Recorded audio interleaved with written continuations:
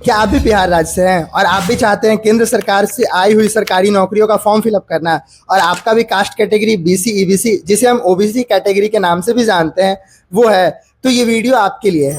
इस वीडियो में मैं आपको एक कंप्लीट प्रोसेस बताऊंगा कि आप कैसे केंद्र सरकार की परियोजनार्थ नॉन क्रीमी सर्टिफिकेट जिसे हम ओबीसी सर्टिफिकेट के नाम से जानते हैं खुद से कैसे तैयार कर सकते हैं। आप कैसे खुद से घर बैठे फॉर्म को फिलअप कीजिएगा, डॉक्यूमेंट अपलोड कीजिएगा, फोटो अटैच करना है या नहीं करना है, आप स्वयं शपथ पत्र को कैसे डाउनलोड कीजिएगा, उसे अपलोड कैसे कीजिएगा और ये सर्टिफिकेट आप कैसे डाउनलोड कीजिएगा, इसकी पूरी जानकारी एक ही वीडियो में है। स्वागत करते हैं आपके अपने YouTube चैनल पवन साइबर वर्ल्ड में। चलिए बिना देर किए वीडियो को स्टार्ट करते हैं और चलते हैं अपने लैपटॉप स्क्रीन पर। दोस्तों, जैसा कि आप देख सकते हैं हम अपने लैपटॉप स्क्रीन पर आ चुके हैं। इसके पिछले वीडियो में हमने बिहार सरकार के परियोजनार्थ एनसीएल सर्टिफिकेट को अप्लाई करना सीखा था। आज की इस वीडियो में हम जानेंगे केंद्र सरकार के परियोजनार्थ हम ओबीसी सर्टिफिकेट को कैसे अप्लाई करें। इसके लिए सबसे पहले हम कुछ जरूरी डॉक्यूमेंट के बारे में जान लेते हैं। इसमें हमें क्या कुछ डॉक्यूमेंट को अपलोड करना रहता है। जिस तरीके से हम एनसीएल सर्टिफिकेट बिहार सरकार के परियोजनार्थ अप्लाई करते हैं तो उसमें शपथ पत्र की आवश्यकता होती है, ठीक उसी प्रकार केंद्र सरकार के परियोजनार्थ ओबीसी सर्टिफिकेट में भी हमें एक शपथ पत्र की आवश्यकता होती है। हम उस शपथ पत्र को कहाँ से डाउनलोड करेंगे इसके बारे में हम सबसे पहले जानकारी ले लेते हैं। इसके लिए हमें serviceonline.bihar.government.in की वेबसाइट पर आ जाना है, जहाँ से हम इस सर्टिफिकेट को अप्लाई करेंगे। इसे नीचे की तरफ स्क्रॉल करेंगे तो आप देखेंगे यहाँ महत्वपूर्ण डाउनलोड का एक ऑप्शन दिखेगा।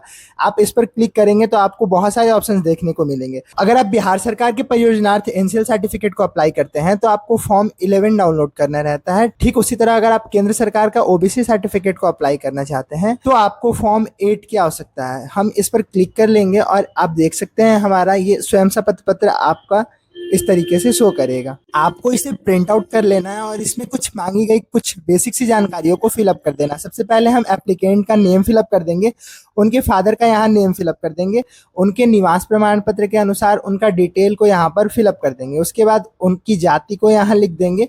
उसके बाद 5वें नंबर पे हमें उनके इनकम सर्टिफिकेट के अनुसार यहाँ पर इनकम लिख देना है। ठीक उसके बाद आपको नीचे की तरफ आ जाना है और यहाँ पर एप्लीकेंट का यहाँ सिग्नेचर करा लेना है।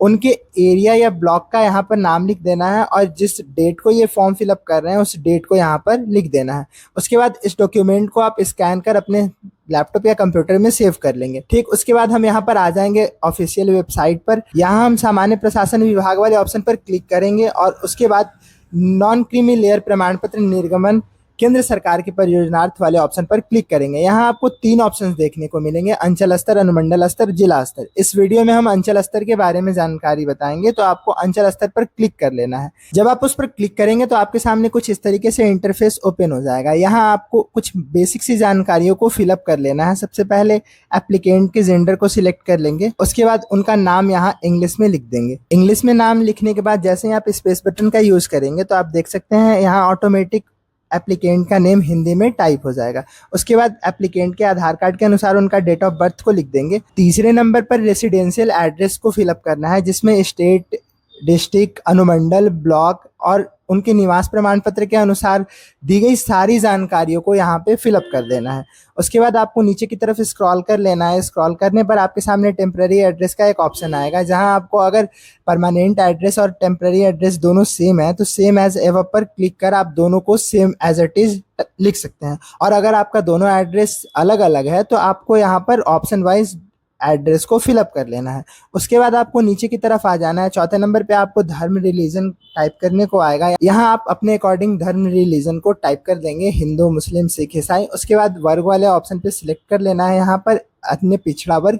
उसके बाद आपके सामने जाति प्रमाण पत्र से जाति सिलेक्ट करने का एक ऑप्शन दिया जाएगा। यहाँ आप जाति प्रमाण पत्र को देखकर उनकी जाति को यहाँ पे सिलेक्ट कर लेंगे और उसी अनुसार उपजाति को सिलेक्ट कर लेंगे। 7वें नंबर पे एप्लीकेंट का पेशा सिलेक्ट करना है। अगर आप किसी स्टूडेंट का अप्लाई कर रहे हैं तो स्टूडेंट सिलेक्ट कर लेंगे और अगर आप किसी लेडीज का अप्लाई कर रहे हैं तो गृहिणी सिलेक्ट कर लेंगे। यहाँ उनके फादर का नाम लिख देना है। यहाँ इंग्लिश टाइप करने पे ऑटोमेटिक हिंदी पे टाइप हो जाएगा। फादर का यहाँ कास्ट को सिलेक्ट कर लेना है, उनकी मदर का नाम लिख देना है और अगर एप्लीकेंट शादीशुदा महिला हैं तो उनके हस्बैंड का यहाँ पर नाम फिलअप कर देना है। ठीक उसके बाद एप्लीकेंट के ईमेल आईडी को फिलअप कर लेना है और एप्लीकेंट के मोबाइल नंबर को फिलअप करना है। मोबाइल नंबर एप्लीकेंट का एक्टिव होना चाहिए क्योंकि उस पर 6 डिजिट का ओटीपी भेजा जाता है।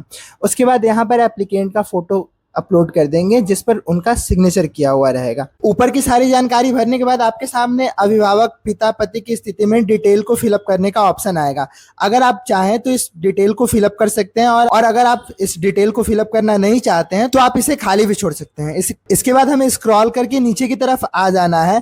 यहाँ आपसे वार्षिक आय पूछी जाएगी। आप एप्लीकेंट के आय प्रमाण पत्र के अनुसार उनकी वार्षिक आय को यहाँ पे फिलअप कर देंगे। वार्षिक आय फिलअप करने के बाद आपके सामने दो ऑप्शन आएगा कि आप कर भुगतान करते हैं, अगर हाँ तो यस पर क्लिक करेंगे, यदि ना तो नहीं पर क्लिक करेंगे।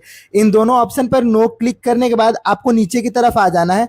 यहाँ आपको दिए गए चेकबॉक्स पे चेक लगा देना है और दिए गए कैप्चा को आप एक बार रिफ्रेश कर इसे फिलअप कर लेंगे। कैप्चा फिल कर जैसे ही आप सबमिट बटन पर क्लिक करेंगे तो आपके सामने एक पॉपअप मैसेज आएगा जिसमें आपसे बोला जाएगा कि आप अपने नाम और मोबाइल नंबर ईमेल आईडी की शुद्धता की जांच कर लें कि आपने डिटेल को सही फिलअप किया है। अगर आपने सही फिलअप किया है तो ओके पर क्लिक कर प्रोसीड कर देंगे। जैसे ही आप प्रोसीड करेंगे तो आपके सामने एक नया प्रीव्यू पेज ओपन हो जाएगा। इसमें आपके द्वारा भरी गई सारी जानकारियां आपको देखने को मिलेंगी। अगर आपके द्वारा भरी गई जानकारियों में किसी तरह का कोई गलती है तो आप यहां से एडिट वाले ऑप्शन पर जाकर इसे सुधार सकते हैं और अगर आपने सही जानकारियां भरी हैं तो आप अटैच एनेक्स वाले ऑप्शन पर क्लिक करेंगे। हमने स्क्रॉल कर सारी जानकारियों को वेरीफाई कर लिया है। हम अटैच एनेक्स वाले ऑप्शन पर क्लिक करेंगे। जैसे ही हम अटैच एनेक्स वाले ऑप्शन पर क्लिक करेंगे तो हमारे सामने एक नया पेज ओपन हो जाएगा। इसमें हमने जो कुछ डॉक्यूमेंट को सिलेक्ट किया है वो सारे डॉक्यूमेंट को यहाँ पर अपलोड करना है। सबसे पहले हमें जाति प्रमाण पत्र को अपलोड करना है, उसके बाद निवास प्रमाण पत्र, आपके सामने फिर आय प्रमाण पत्र सिलेक्ट करने का ऑप्शन आएगा। फिर आप फॉर्म 8 यानी जो स्वयं शपथ पत्र जो कि मैंने आपको डाउनलोड करना और फिलअप करना बताया है आप उसे अपलोड करेंगे और डॉक्यूमेंट के तौर पे आप इनमें से कोई भी एक डॉक्यूमेंट को सिलेक्ट कर सकते हैं। हम यहाँ आधार कार्ड को सिलेक्ट कर लेते हैं और बारी बारी से सारे डॉक्यूमेंट को अटैच कर देते हैं। डॉक्यूमेंट अटैच कर सेव एनेक्स वाले ऑप्शन पर जैसे ही हम क्लिक करेंगे तो हमारे सामने एक फाइनल प्रीव्यू का पेज ओपन हो जाएगा। इसमें आपकी सारी जानकारियां देखने को मिलेंगी। साथ में आपने जो कुछ डॉक्यूमेंट को अटैच किया है आप इन पर क्लिक कर उन्हें भी देख सकते हैं। अगर आपने सारे डॉक्यूमेंट को सही से अपलोड किया है तो सिंपली आप सबमिट बटन पर क्लिक कर देंगे। जैसे ही सबमिट बटन पर क्लिक करेंगे तो आपके सामने आपका एक्नॉलेजमेंट लेटर प्रीव्यू ओपन हो जाएगा। यहाँ आप सिंपली नीचे की तरफ स्क्रॉल कर एक्सपोर्ट टू पीडीएफ पर क्लिक कर देंगे और इस तरीके से बहुत ही आसानी से आप सेंट्रल लेवल का ओबीसी सर्टिफिकेट को घर बैठे खुद से अप्लाई कर सकते हैं। अगर आपके मन में कोई भी सवाल हो तो आप कमेंट बॉक्स में कमेंट करें।